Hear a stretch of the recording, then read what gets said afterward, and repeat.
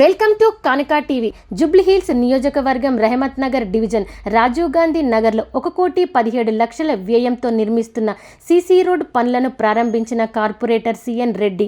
జూబ్లీహిల్స్ నియోజకవర్గం రెహమత్ నగర్ డివిజన్ రాజీవ్ గాంధీ నగర్లో ఇన్ఛార్జ్ మంత్రులు వివేక్ వెంకటస్వామి, పొన్నం ప్రభాకర్, తమ్ముల నాగేశ్వరరావు గార్ల సహకారంతో 1,17,00,000 అంచనాతో మంజూరైన రోడ్డు పనులను ప్రారంభించడం జరిగింది. ఈ కార్యక్రమంలో బస్తీవాసులు మరియు డివిజన్ నాయకులు పాల్గొన్నారు.